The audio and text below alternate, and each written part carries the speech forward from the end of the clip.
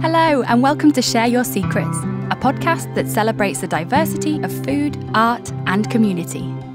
We're Bounceback Food CIC, a community cookery school that has been fighting food poverty in Greater Manchester, Cheshire, and North Wales since 2014. Earlier this year, we started working on our second fundraising recipe book, Secret Dishes from Around the World Too. It has exciting recipes from 20 countries and 20 original pieces of art by 20 local artists. In each episode, you'll find out about 2 of the 20 countries that will feature in the book. We'll talk food, art, and community with the artists involved, get insights from guests in the featured countries, and keep you up to date with what the Bounceback team have been up to. I'm your host, Miriam Rendell. I hope you enjoy listening. So this week on Share Your Secrets, I'll be talking to Ollie Hirst, a conceptual illustrator based in Manchester. He was assigned the Cuba section of Secret Dishes from Around the World Too. I'll also be talking to Caitlin Buckingham, the marketing and events coordinator here at Bounceback Food. This week she's been trying out one of the recipes from the book. But before we hear from them, I wanted to ask Duncan what it is about cooking he enjoys. I love cooking. Yeah, I didn't used to in the same way that I do now, but I suppose over the years, as we've been developing sessions and bringing people together through food, it's just really made me think that like every evening that you have an opportunity to cook, the world is your oyster. It's like you could literally do anything. So what is your favourite dish to cook? So I really enjoy cooking the massaman curry that's in our book. I mean, there's a lot of ingredients, but it's like worth the time. And I think that's where, for a lot of people, where cooking becomes a hobby, because when it's not a hobby, people just see the time involved and think, maybe I'll do something quicker. But when you start to really enjoy the process of cooking and trying different things, that's quality time for yourself to improve your skills and to enjoy the process of putting together a meal for yourself and for others. What about your favourite dish to eat? Probably Mexican. Nice choice. Yeah. Thanks, Duncan. We'll catch up again next week. Ollie Hirst is a conceptual illustrator based in Manchester. I started by asking him to describe in more detail what is a conceptual illustrator. And no one's really asked me that question before, to be honest, but the way that I describe it is everything that I do, I like to give it purpose or like a backbone or like a strong idea, which to me, like illustration at its core foundation, that is what it is. Like the word illustration comes from the word illuminate. So like I see it as almost like giving another level to the information, another layer for the audience to almost like reveal. And I sometimes quite like my work to be a bit open-ended, so not dictating what someone should take from it. They can take what they want from it, which almost like gives it another quality in a way. I have to say, the homepage of your website is mesmerising. Thanks. I advise anybody listening to go and check it out. Now, I also try and choose my favourite piece to talk to the artist about, and I found it impossible. I couldn't choose. So I'm going to talk to you about a few of your pieces, if that's all right. Yeah, absolutely. So talk to me about the Shadow King. So the Shadow King was a commission from the Big Issue. I don't know whether you've ever read a Big Issue magazine. I hadn't really until I was commissioned by them, and since I have. But they quite often feature novels. They review them. So what that was for was they were reviewing a novel written by Marza Mengiz called The Shadow King, and it was about World War II in Ethiopia and how the stories of the female soldiers aren't in the history books, because at the time females didn't have a voice. So this writer was allowing people to hear those voices from the female soldiers that were forgotten, really, and unwritten from the history books. It's a magnificent piece of work, and it was up for an award, wasn't it? Yes, it quite amazingly got longlisted for a World Illustration Award by the Association of Illustrators, which I put myself forward for, but I was not expecting any recognition at all, just because it's on a global stage. You're competing with literally everyone. Yeah, one of 500 selected out of roughly 4,500 or something like that, which is just mind blowing. I don't really have any words. Well, I think the artwork speaks for itself. So the next one I want to talk to you about is the one that you did for the Royal College of Speech and Language Therapists. Oh, wow. I want to be able to describe this for people listening. Do you want to have a go? Yeah, so the idea behind it is that people who are having speech and language therapy, and I do have some personal family experience with this from one of my relatives who's a young child at the moment does need speech and language therapy. So I do have possibly more of an understanding than some other people do. But at the end of the day, it's a journey. It's not something that you have and you're better. You might live with it your whole life. You might never need it again after one session, and it's very individual. So when I was working with the art director on that job, we were talking about exactly that, the fact how it's so individualised, it's a journey. And at the end of the day, everyone's goal is the same. They just want to be able to express themselves and have a voice and communicate with people, and for them to be received in a manner which is what they're after. So we just thought it'd be nice to kind of like celebrate that idea of growth, quite literally, with a plant. On paper, the idea sounded a bit wild and mad, and I wasn't expecting them to take to it, to be totally honest, but they did. And it kind of allowed me to go a little bit just free with the idea and see where it ended up. And I really like it. It's one of my personal favourites, to be honest, of what I've done recently. The profile of the human face as part of the leaves. I mean, it's the more you look at it, the more you see. Yeah, that was kind of the idea to it. We wanted it to be quite a subtle nod to the idea that it's an individual journey, but at the end of the day, they're all on this journey collectively together. So next, I'd like to talk to you about your COVID-19 pieces. There's a couple of them up there on your website. There's this image of phones and technology, and then within that, there's the freedom of being on a swing and that childlike joy that it brings. Talk to me a bit about those pieces. Yeah, I mean, I nearly called that the COVID-19 diaries, because I see them as a little bit almost like visual diary entries of like just how I was feeling at the time. They're not commissioned pieces, they're just personal work that I do to just pass the time, to be honest. But I just wanted to obviously practice my craft and just like express ideas visually. And obviously with it being about the lockdown, it's something that we all are experiencing and we're all in together, and everyone has some connection in some way to that, and it's very much dictated by your income, your class, your situation you live in, etc. And I'm fortunate I live on my own currently. I do have a lot of space, so I don't feel like I've been truly locked down. My life hasn't changed that much, but I know a lot of people's have. So I was just trying to tap into that idea of like, you may feel isolated, but at the end of the day, you're all in it together.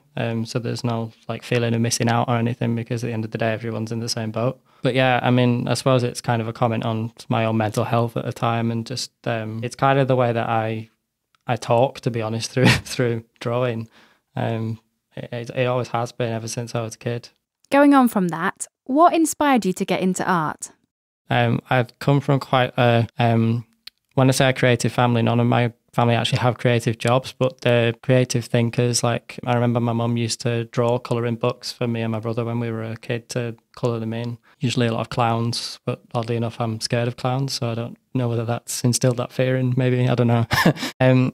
And yeah, I have a lot of cousins who've studied it at high school level and A level and things like that. So I've always kind of been around it. And I think it's normal to me just to kind of like practice it in your life, like, 'cause I've been around it for so long. But I remember my mum telling me stories, and my dad as well, when I was a child, that I'd come home from primary school and they'd ask us to write a story, and I'd wrote the story, but I'd also drew the story underneath it as well.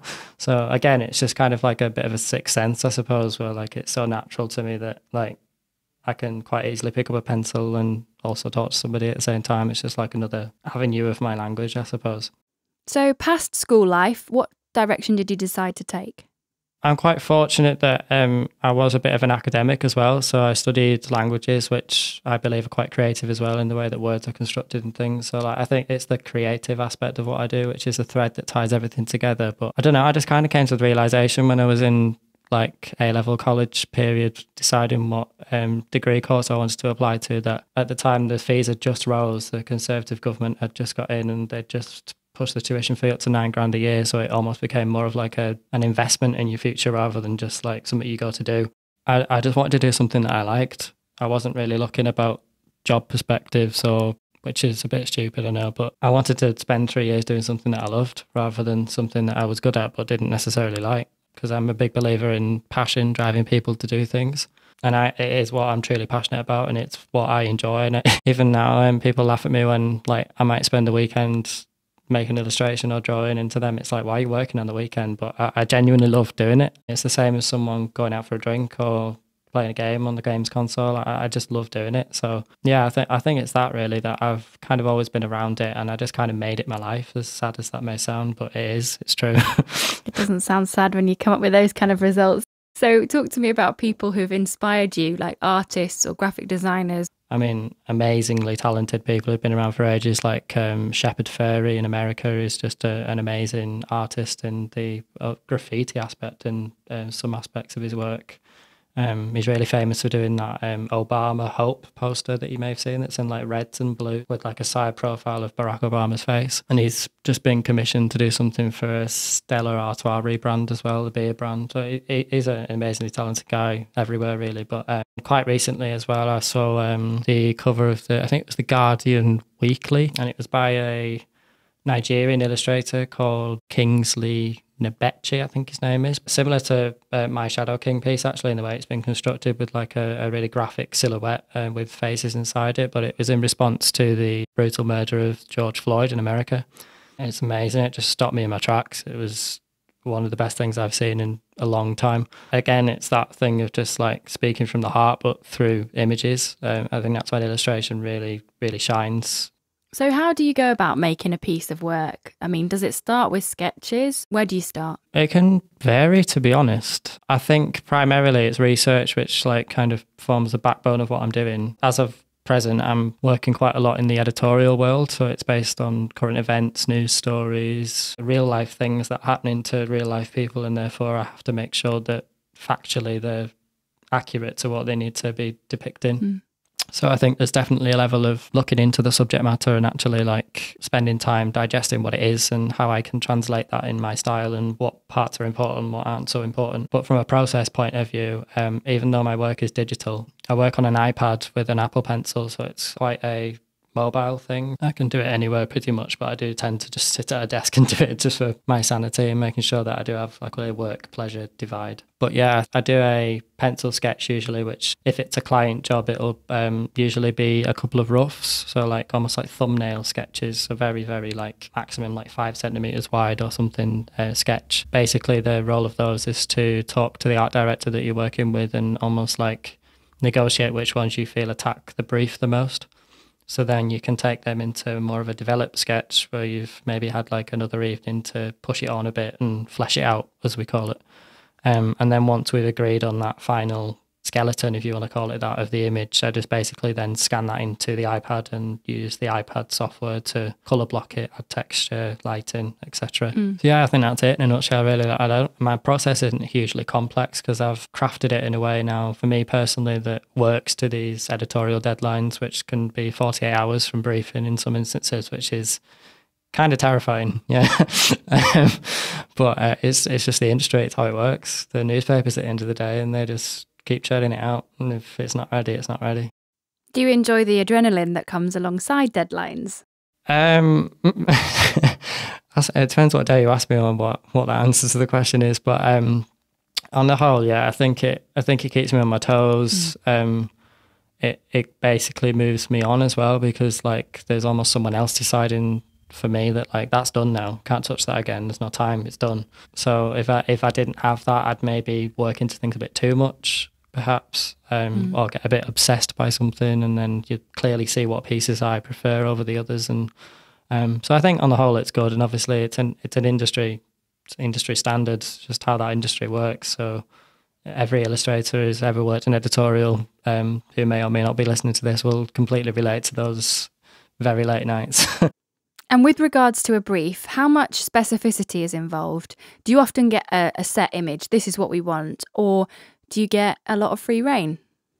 It depends really, because due to the nature of me being a conceptual thinker, quite a lot of my briefs are open-ended in terms of ideas. You can receive a brief where an art director has almost like come up with an idea and they want to almost flesh it out with you. So like it's started off already and you're just there to kind of finesse it. But quite thankfully on a lot of my jobs, I'm there from the get-go, and I'm the one almost like suggesting what the idea could be, which is almost like a really advantageous position to be in, I find, because at the end of the day it means more of it's yours in a quite selfish way. But no, I mean, it entirely depends on the brief. I've worked on a few things for brands where obviously if they've got like a brand colour palette and they want their presence to be seen in the illustration, they want to obviously have their identity recognisable. So like I did something for Vodafone recently where obviously like the the core brand red in Vodafone had to be present in that image in some way, otherwise it wasn't fulfilling the client's need of why they want it in the first place. So I think you're always going to get those little tropes of the brief where it might not be what you want to do, but at the end of the day it's what they've asked for. So I think you just have to take those things with a bit of pinch of salt. And also your work has a really strong purpose. Is that something that's discussed at the beginning? As of April this year, I've now got an agent. So that process is a lot more streamlined than it was previously, because I've almost like briefed my agent on giving me briefs which have that in them, because I'm going to just do better in them, to be frank. I'm more interested in them. So quite a lot of the work I've done recently has been on the COVID-19 crisis. Also like how the relationship between the NHS and technology has had to develop recently because they've had no choice. And it's something that the healthcare industry have been putting off for quite a while. They're quite far behind in that aspect. So it's quite nice to see them get up to par. And obviously you've mentioned with the speech and language therapy, it's all doing good is what I kind of want my work to be involved with. I understand that obviously like advertising and the commercial side of stuff is a massive part of what illustration is used for. But even still, I think those types of industries now are clogging on to the fact that they just want the humane connection in stuff. And that's what makes people relate to it at the end of the day. Do you prefer to work within editorial or advertising? At the moment, I'd say editorial, just because you have a lot more freedom usually with what you can actually do. Advertising usually has quite high budgets, quite high profile clients, quite a lot of people involved. Whereas editorial is usually just a creative director, an art director, and you as the freelancer. So I think I do prefer editorial. I think there's a lot more scope with what you can do. And the advice I give to people as well who are just starting out, and I by no means see myself as an expert, but I do have experience in that industry, is editorial is the industry where people are more likely to take a chance on someone new, because if you picture something like The Guardian or a big high profile newspaper, they don't necessarily want the output looking the same week on week if they're publishing so often. So those art directors are always on the lookout for really captivating, fresh, new visual stylings to treat the pages with. So in that instance, you're more likely to have an art director take a risk on you as someone who doesn't really have a lot of experience doing it, if you're really good at what you do. And you said you recently got an agent. Was that someone who found your work or saw your work in an editorial, or did you seek them? A bit of both, actually. I reached out to them possibly the summer of 2019, maybe before. And it's quite normal to not get a response in this industry just because people are so busy. They didn't respond at first, and I was like, I don't take things to heart, because I know people aren't doing it like, oh, I'm not replying to him. It's just they're mad busy, or they don't think you're right for them, and they don't know how to tell you, kind of thing, which is fine. I understand that, and that has happened on quite a lot of occasions. But they didn't reply, and I just took it as, oh, I'll hear from them if they're interested, and I just carried on with it. And then just kind of out of the blue, they just offered me a brief. And obviously at that time I wasn't represented by them. They were just offering me a brief that they didn't have the capacity to put one of their illustrators on. So I did that brief for them. Unfortunately, the project was cancelled because it was on the cusp of the coronavirus lockdown starting. So I couldn't disclose who the client was or what it was for. But they were really impressed by the process and how I dealt with it, and offered me representation straight after, basically. So I kind of think it was them testing the waters with me a little bit, to be honest, and quite a smart thing to do in my eyes. Test out its ways working with someone, and then if you like it, go for it. Thankfully they did. Touch wood, it's going really well. So I was going to ask whether you had a science background. I don't, but I'm really glad you said that, because I want them to have that. So that's really, really quite made my day.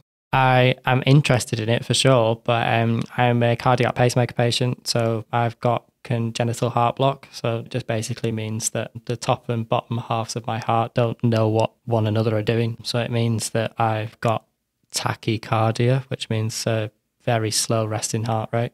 I don't know, probably about 30 beats per minute or something without any intervention from the pacemaker. So Right. Assuming you don't know a lot about pacemakers, it's basically a battery for your heart. It regulates the heartbeat. Mine's on 100% of the time, so you can be paced in any percentage. And obviously what people find most shocking when I tell them originally is that I'm 26 and you wouldn't expect me to have one, because they usually put in when you're on death's door, to be totally honest. Yeah, I'm on my 4th device now. They last about 7 to 10 years. But what's kind of fascinating about that, and I suppose what's made me interested so much in the world of medicine and science, is that in those 7 to 10 years that I'm enjoying my life with one inside of me, the medical technology advancement in that cardiac world has been so vast and so amazing that when I was 3.5 and I had my first one put in, it was roughly the size of like my fist. And obviously from a baby in the proportion of a fist, that's like half your torso. It's like unimaginable. And even to this day, I don't even want to think about it. But now it's the 2p coin. How they've managed to progress that technology is just mind blowing to me. I just don't get how people do that. Yeah, I suppose I'm kind of like indebted to medical science in a way because it's allowed me to live the life I've got. So the least I could do is be interested in it. Oh, thanks for sharing that, Ollie. It's fascinating. I love your use of colour. Is colour important to you? I tend to treat my colours based on mood. So if I'm briefing myself in the sense of just making something for myself, or if I've received a brief, that's usually step one for me, is like actually like ascertaining what the feeling of this piece needs to have. So for example, using the speech and language therapy one again, it needed to feel uplifting and something that's achievable for people who are going through speech and language therapy. And colour is a massive part of atmosphere and mood in my eyes. You can have the same image coloured in 5 different ways and you can get so many different emotions out of the same thing. It's not always just what's in the image. So, Ollie, how did you hear about Bounceback Food in this project? It was actually via a colleague. So I obviously work in a creative agency and I have other fellow colleagues who are interested in illustration, design, graphic design, branding. And one of my fellow colleagues just kind of pointed me in the direction of it. And I was kind of like freelancing and looking for opportunities. And he said, this sounds like a really good opportunity. Like, check it out, see what you think. And I wasn't really expecting much from it, to be honest, because I've not worked in the world of cuisine or cooking or anything like that before. So I wasn't sure what Duncan and his team were looking for in the first instance. So I just sent my work over, and I'm not sure if this is exactly what I said, so I might be lying here, but I'm pretty sure that I did kind of like plug that purpose aspect of it, because obviously Bounce Back is an amazing initiative at trying to kind of end food poverty in our area and across the UK. And for me anyway, from a brief on paper, that sounds like something I'd be able to tackle, because it's again tapping into that idea that my work has a purpose. So I think I just sent Duncan a selection of my work and kind of tapped into that aspect of what I do, and here I am. I think it's such a great match. Like, Bounceback has a strong message that we want to deliver, and when we work with artists who are just as motivated, the relationship works really well. Absolutely, yeah. And I think just the opportunity to be involved with something where it's a positive collaborative effort that's using creativity in a meaningful manner, to me was like, you didn't need to say anymore, I was already sold. What about cooking? Do you enjoy cooking? I wouldn't say I'm its biggest fan, to be honest, mainly because I'm not very good at it, but I don't have a lot of time is my issue at the moment, and I feel like that's something that I definitely need to work on to make more time for that kind of stuff, because I realise how important it is. I do cook now and then. I'm not a complete novice in the kitchen, but I wouldn't say that it's like enjoyable as such for me. It's something that I just feel like I need to do. That's my relationship to the oven. So cooking aside, what's your favourite dish to eat? I love pizza. I know it's really simple and basic, but I do. You can, within reason, put anything on a pizza and I will probably eat it. It's a fail-safe, isn't it? Yeah. So we're going to reveal which country you were assigned. I was assigned Cuba. Okay, so you've opened your envelope, you've seen Cuba. What's your immediate reaction? I was excited because obviously I'm aware that Cuba's in the Caribbean, and looking at my work, you can understand that I really love colour. So I was like, great opportunity to use colour. But then I kind of like took a step back and was like, hang on, do I actually know anything about Cuba? So again, it was the research period of really looking into the country itself and its history and its people, its environment. And again, this may sound a bit ridiculous given the context of what we're talking about, but I wanted to avoid the food completely, because I think food is like a secondary result of someone's culture. Like, at the end of the day, it's the people and where they live that makes the culture at its core. So for me, it was really important that was something that I was focused on when I was making the image. And then if food came into it and it was relevant and it worked, then so be it. But it wasn't necessarily my first thought. What were your initial ideas and early sketches like? So to me, when I was thinking of the Caribbean, I was almost like hypnotised a little bit by the music. And it's a massive part of their culture. It's something which gets them through the difficult times, as well as like something which they're proud of, like something which they put on a world stage as like, this is Caribbean music and it sounds like nothing else. And a lot of that is guitar driven, obviously like the famous steel drums, etc. And I wanted to get across that as like a foundation in the image, hence why the guitar is like the silhouette that holds everything together. Kind of reinforces that human aspect of their culture, which is like absolutely integral to Cuban life. As I mentioned, the colour was definitely important, and it took me quite a while actually to decide on that palette. There's a lot of testing and trying out of things that I had to kind of like, oh, that's not so great, and oh, that works. Let's try that. Yeah, and I think I posted on Instagram actually some process behind the making of the piece. I was in the mindset of putting like, because obviously Havana is the capital city of Cuba, and that's famous for its old muscle style cars. You know, like the soft top winged back cars. I'm not sure what they're called, but on the Instagram post that I posted, you can see that I've actually got one of them sketched in the background, but then when I actually tried to work it in, I just thought it was a bit of overkill. Like there was a lot going on and you couldn't necessarily decipher the people anymore and things like that. So again, that is a massive part of what I do, trial and error. It's not all just like, great, I've got an idea and 3 days later it's done. It's a lot of testing and trying things out and being critical as well. Something I find quite hard, to be honest, but you have to be your own worst critic when you're in this line of work, because not a lot of people will do it for you, unfortunately. They'll just say, yeah, that's great, even when it's not so great. Do you have a name for your piece? I didn't know, but now that you talked about it, actually on the way here, I was just thinking about calling it Community, because I think it just kind of sums up everything that I wanted to achieve with it. Kind of simple and to the point, but I think it works. I think we'll take that. So have you been published in a book before? I have not been published in a book, no, but I've been published in some fairly big newspapers, like the Washington Post, the Financial Times, the Times. So the literature world is a little bit new to me, to be honest, but exciting nonetheless. And who do you think will be interested in buying this book? Good question.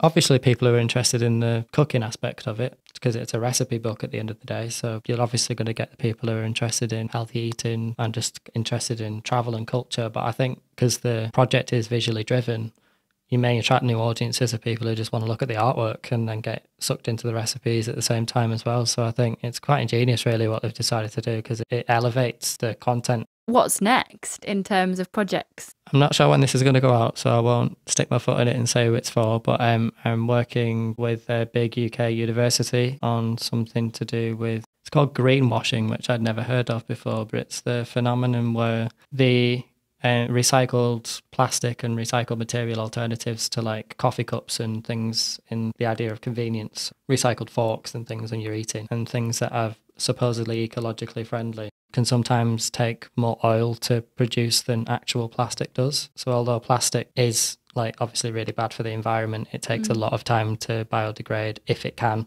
etc. This necessarily isn't as beneficial as people think it may be. And it's something that you're not necessarily told about that industry in the process. So it's it's in that world. I won't say any more because I'll probably be shot and killed somewhere, but yeah.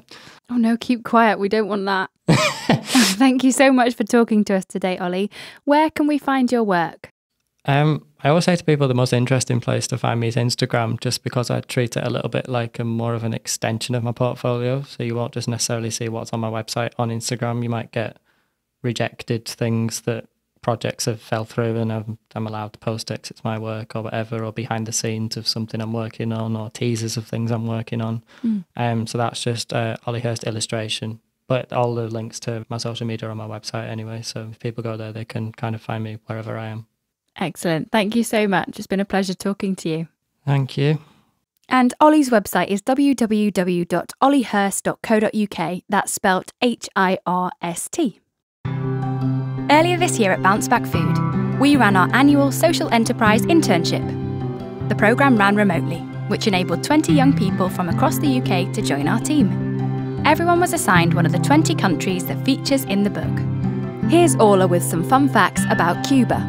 Did you know that snow has only ever been recorded once in Cuba, on the 12th of March 1857? Did you know Cuba has one of the highest literacy rates in the world, with almost all of the population, 99.8%, being literate.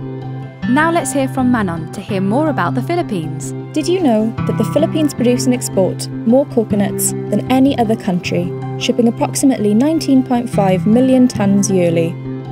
The Philippines has been labelled the texting capital of the world. It has been estimated that the population send about 400 million text messages every single day, which is more than the total number of daily text messages sent in the US and Europe combined. Thanks to our interns for sharing those facts. The artist assigned to the Philippines is Rory Spencer. Rory is a part-time illustrator who also helps to run Snitch, a Manchester-based DIY publisher that aims to make the arts more accessible. He's keen to ensure that nobody is excluded from the food sector too, which is why he's keen to support our social enterprise here at Bounceback Food. For more information about Rory's work, check out the episode notes on Bounceback Food's blog.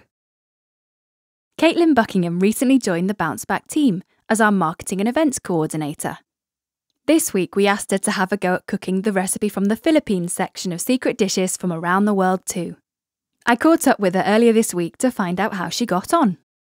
So I believe you've been very busy in the kitchen over the last couple of days. I have. I've had the opportunity to cook one of the vegan swaps from the new recipe book.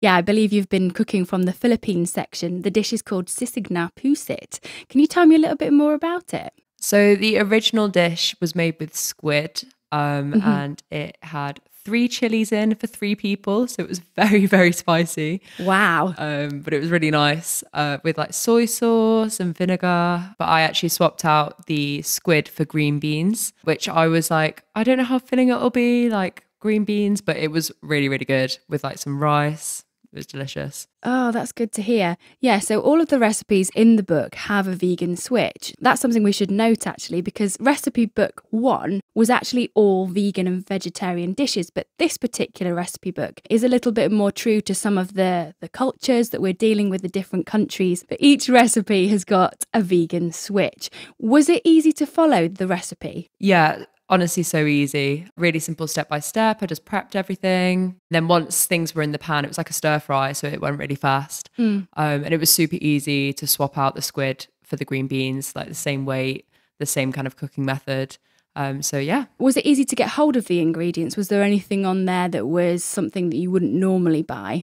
No, actually, the sauce was made out of soy sauce and like vinegar and a bit of oil. Oh, actually, maybe sesame oil, but that is something we do have in the house. But I guess that's probably the most out there ingredient. But it was really accessible. It was really easy to do, and it tasted like it wasn't easy, if that makes sense. Do you normally cook stir fries and food like that? Yeah, actually, food like Thai food, Vietnamese food is like some of my favorite food to cook. So I do a lot of stir fries and like noodles, rice, curries. But I haven't made anything specifically from the Philippines before. So that was really nice to do that as a change. Is that something that you might like to make again? Definitely. Honestly, it was so easy. And I felt like I'd made like a really impressive, long, like hour-long dish, but it didn't take very long at all. So definitely. How long did it take you? Probably about half an hour. What was your favourite part of the recipe? What bit did you enjoy the most? Probably making the sauce, because I always have like a go-to sauce that I make for Asian stir fries or dishes. So it's quite different from what I was used to making. So I'm glad I have like another staple sauce that I can turn to now. Have you ever visited the Philippines before? I haven't. I would absolutely love to. I've been around Southeast Asia a little bit. Went to Thailand, Vietnam, Cambodia, which was really, really fun. But not the Philippines. So hopefully when we can travel again. Do you enjoy cooking generally? Yeah, absolutely. It is one of the few moments of my day where I completely switch off. I think because I have to concentrate so hard on like not chopping my finger off. I just really switch off, really enjoy the process, and obviously very much enjoy eating it afterwards as well. What is your signature dish? If you were having friends around, what would you cook for them? Ooh, that's such a good question. I had friends over on New Year's. I had like a little dinner party and I made homemade pesto and like really nice pasta and veggies. That sounds quite basic, but the pesto gives it more of an impressive like edge when you're like, I made this myself. And sometimes it's those simple dishes done well that are the best. Yeah, definitely. You can't beat a good pasta as well. Have you been vegetarian for a long while?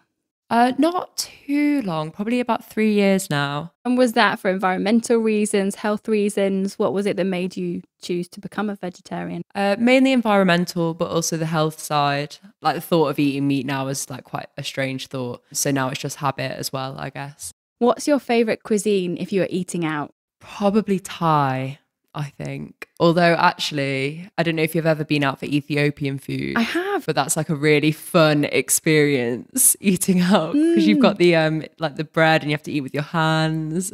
That's so much fun. Yeah, I have been to an Ethiopian restaurant and it is such a lovely community vibe, isn't it? You're kind of all tearing and sharing. And they have really good vegetarian options as well. So Caitlin, you'll have seen the book. It is now fully finished and the artwork is just incredible. One of the things that I love about the Philippines section is Rory Spencer, the artist and illustrator who designed this particular piece of artwork, chose to add a bit of humour into his work. In his About My Work section, he says, imagine if you were going to be stir-fried, seasoned and eaten, you'd try and fit in too. So the particular piece of artwork is of a squid hiding under an umbrella and there's a chef looking for this poor squid. And I just love the individual pieces of artwork. We actually got the test copies of the book through last week, so I got to physically hold them in my hands, which was really exciting. But yeah, they look so good. It's something just extra, isn't it, when you're looking at the recipes and going through. There's just an added element of this creativity. Definitely. And all the different artists have such a different style as well. So it kind of matches that very like different countries, different dishes, and then the artwork really reflects like the difference between them, which is nice. Who do you think would want to buy the recipe book? Honestly, I mean, when I say like anyone, I think it's a great way for you to expand your like cooking repertoire, the dishes you go to on a daily basis. Like the one I just made was like so easy, just so simple, and it was so impressive. It was so different. So I'd say like any families wanting to change up what they're eating or just anyone looking to expand their cooking knowledge, really. So this weekend, it was the National Buy Social campaign. Why do you think this would be a perfect gift for Christmas? I think with a book like this, buying something like this, you're not just giving a gift, but you're helping Bounceback with their fundraising aspect. So it's giving us the funds that we need to go out into the local community and help people, which is really important around Christmas time specifically. But yeah, I just think the fact that it's a gift with a social cause, a social impact is really great. How did you hear about Bounceback Food? So I got an email from my university, from like our careers network, and it said about this opportunity, and it said about getting an experience in a social enterprise. And I actually hadn't heard the term social enterprise before. So I did some research and I was like, that sounds completely up my street. I would absolutely love to do that. So I applied and it worked out quite well because I got onto the internship, which was great. And what stage of your university life were you at this point? I was in my final year. All my work was done and I had the big abyss of unemployment in front of me. What were you studying at uni? I did English literature and history, but I also did a year abroad. So it took me 4 years to complete. Oh, tell me about your year abroad. So I went to Berlin for a year. I loved it so much. I really miss it. And I studied there, but I studied in English because my German is non-existent. I really can't pick up languages. And I studied American studies there as well as some history. How did you get on with the German cuisine? Well, you would think it wouldn't be very veggie friendly because I know like the Bavarian cuisine is very like meat and potatoes and gravy. But Berlin is, I think, actually known as the veggie and vegan capital of Europe. So I had lots of options. I ate lots of Lebanese food, which was so nice. It was actually quite cheap to eat out. So I did spend a lot of my time eating out, which was quite nice to not have to always cook for myself. So you got onto the internship. What were you hoping to gain from it? Just experience, really. It was quite daunting graduating in the time of Corona, and I really wanted to do something with my summer that would be meaningful and would really help me career-wise. And then the fact that this was remote was perfect. I mean, I'm from Manchester, so I, in theory, could have gone in, but obviously we were all working from home anyway. And also I enjoyed the thought of working for a company that was like giving back to the community as well. The dual aspect of it, really. How did you find the remote aspect of working for a company? It was quite hard at the start because you just like had like a sea of faces on Zoom and didn't really know anyone. But it ended up working out really well, to be honest. It wasn't kind of as daunting as I thought it was going to be. Obviously, it would have been nice to go in. But it was great that it actually meant that more people could take part. Yeah, I feel like we probably got the opportunity to work on like a bigger breadth of tasks because it wasn't all in person. What was your favourite task or area to work on while you were working on the internship? Probably the marketing task. I really enjoyed like designing my own competition and getting to use Canva, which I'd never used before. But also I did enjoy the recipe development. I think my family also enjoyed the recipe development because they got to eat lots of nice things during the week. What were you developing? What recipes? So I did a fish burger and I made like a little cucumber pickle to go on top, which was really, really nice. My second recipe was sagaloo, which is like an Indian potato and spinach curry. And that one was very, very tasty as well. What will your lasting memory be of working for Bounceback on the internship? It's quite niche, but I'm never going to forget how to grow rosemary now. I had to do loads of research for it and it is really etched in my memory. So probably like the knowledge that I gained from researching things. Yeah. But also probably just like working with that bigger team of people was like really exciting and really good experience. So you were offered a job at the end of the placement, which is extremely exciting. It was. Congratulations. Thank you. We're delighted that you've joined us on the team. Have you actually been into the office working with the team or has it all been remote? Yeah, so my first day actually working for Bounceback, I got to go into the co-working space in Manchester, which was really exciting. It was quite strange actually because I'd never actually met Duncan or Josh, even though I'd worked with them for 2 weeks. So it was a bit surreal at first. Yeah. But then I got to meet kind of like Pete, the graphic designer, and generally met like everyone else who works in the office, which was really nice. And it's really safe, completely socially distanced. And we're still going in now when we can, which is really good because I think especially working in a small team, having to kind of adapt our model day to day based on COVID regulations.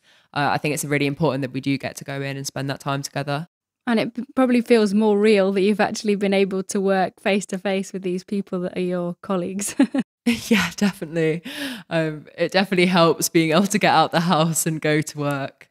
I'm definitely more productive in the office. What have you been doing? How have you been finding it? I think you've been with the team for about 6 weeks now. What kind of stuff have you been up to?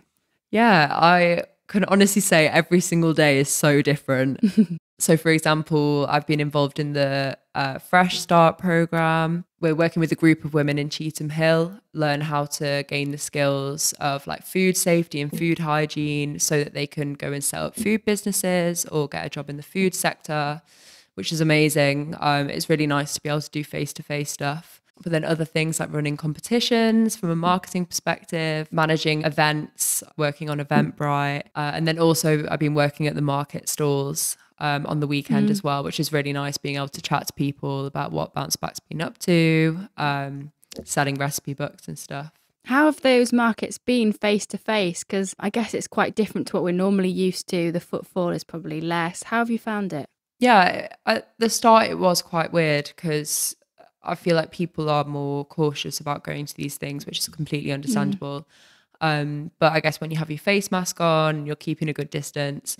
I also think it's nice that people get to chat to each other, even if it's about something like Bounceback. I think people just appreciate that social contact at this time. So they have been busier than I thought they were going to be. And it's nice because some people have booked onto cook-alongs from it. So yeah, I'm hoping when we inevitably enter tier 3 that we can still run them because it's great to be able to chat to people and keep like contact with the community. I agree. I believe you were part of one of the cook-alongs, weren't you? Were you behind the camera? I was behind the camera. I was on tech. I was making sure the cameras were correct, answering questions on the Zoom chat, and yeah, just being a general assistant, which was good. How did the cook-along go from your perspective? It went really well. Obviously, it's a bit different from how it used to be face-to-face, but I think people still really enjoyed it. And it probably is easier for people to make these recipes in their own home because, you know where your own spatula is and you can know your way around the kitchen a bit better. Yeah, it's true. But yeah, no, it went really well and everyone seemed to make a really good dish. So yeah, I highly recommend if you're looking to improve your cooking skills to book onto one of them because they're a really easy way to add some new recipes to your cooking repertoire. And actually, to launch the book, we're going to be doing a cook-along. Can you tell me a little bit more about that event? Yeah, so we're offering a free shortened version of our full cook-alongs where you'll learn how to cook one dish, a secret dish. You don't get to find out what it is until the night, along with the artists, the graphic designers, and Josh, our head chef, who all made the book happen. So it's just a really exciting opportunity to all come together, celebrate the book together and cook together. Oh, I'm really looking forward to it. I'm really excited. Well, thanks for taking the time to talk to us today, Caitlin. Oh no, thank you for having me. Thanks to Caitlin for trying one of the recipes out this week. Remember, you can pre-order a first edition copy of Secret Dishes from Around the World too from the shop on Bounceback Food's website. Go to www.bouncebackfood.co.uk/shop to place your order. To find out more about the people featured on today's podcast, head to the blog on Bounceback Food's website, where you'll find the episode notes. Well, that's all for now. Thanks for listening to Share Your Secrets, a podcast by Bounceback Food CIC. I'm your host, Miriam Rendell, and I'll see you next week.